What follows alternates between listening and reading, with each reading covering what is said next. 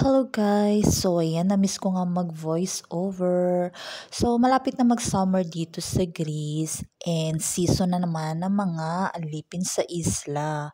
So for today, pupunta kami sa Iskiatos. So eto yung aming destination this summer. So hindi na kami bumalik ng Kos. So eto na, dito na kami magsa-summer season. So 4 hours nga pala yung biyahe from Athens papunta ng port. Ayan. So ipapakita ko sa inyo yung mga naging experience namin dito dahil hindi nga kami sigurado dito sa napuntahan namin, guys. So kung nakikita nyo yung daan, sobrang tahimik. Parang walang katao-tao, guys. Para tong lugar na naggirahan. So ayan, hindi namin in-expect na may port dito. Kala nga namin naliligaw kami. So ayan, maaga pa nga lang minotor na namin. Siguro mga 8 o'clock, umalis na kami ng bahay. So, nauna na yung bus na umalis. Ay, hindi pa pala. Mali.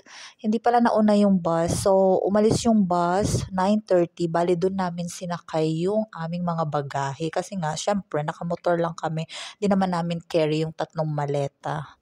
So, ayan, marami kaming bit-bit na gamit. Kasi nga, mga hanggang October kami doon magtatrabaho.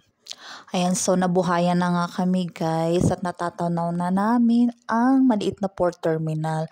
So doon kami mag-aantay sa aming mga luggage. May ganun dito, guys, sa Greece, yung kahit di ka na sumabay sa bus, magbabayad ka lang para sa luggage mo. Siguro nasa 20 euros yung binayaran namin, kung di ako nagkakamali.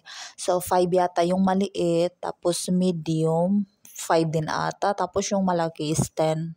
Parang ganun. Di ko alam kung 20 or 25 binayaran niya. Basta ganong rate. Huwag kayong mag-alala, guys, dahil safe naman makakarating yung mga bagahe nyo. So ayan na, guys, dumating na nga yung bus. Ayan, at nainip na nga yung asawa ko. So ang problema naman namin ngayon, guys, dahil dumating na yung bus, wala pa din yung boat. Diba usually sa mga port may mga boat? Dito wala, guys. Kaya mapapaisip ka talaga kung port ba talaga to. Pero ayan, late na naman. Ayan, so finally nandito na. Si Jet pala ang boat dito. Siguro by schedule lang sila. So, pagod na kasi kami, guys, sa biyahe. Gusto ko na talagang umupo. Ang sakit na ng paa ko. So, ayan, pila na naman. Mag-picture-picture muna kami ng asawa ko. Ayan, pinicturean namin yung isa't isa. Na-amaze nga kami, guys, sa boat. Ang ganda ng mga upuan. So, para ka rin nasa airplane. Ayan. Tapos, tanaw mo pa yung labas. So, ayan yung magandang tanawin sa port.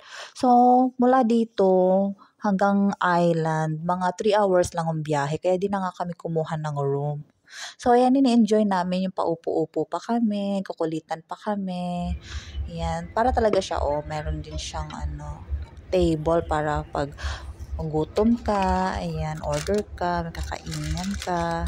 So, ayan, komportable talaga, guys. Kaya lang sinita kami, guys, may bayad pala.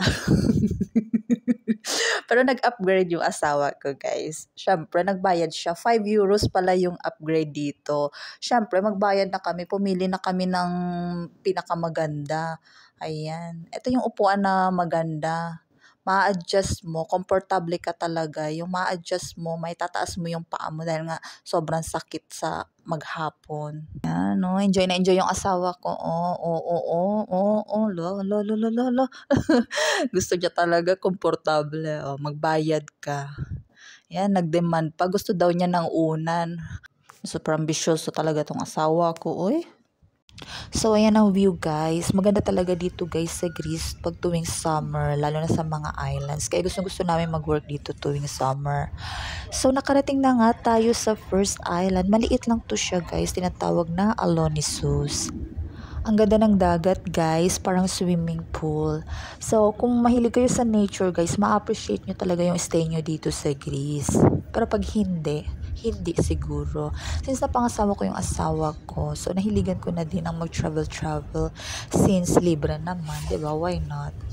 Yan, flex ko nga ng aking shoes na pinagtatawanan ng asawa ko. So, nagkukulitan muna kami, guys, habang nag-aantay sa next island. Kaso, hindi ko na na-video dahil inutusan ko yung asawa ko at itong resulta. Ayan. So, ayan, na-stress na lang ako. So, next time ko na lang, guys, ipapakita sa inyo. Bye!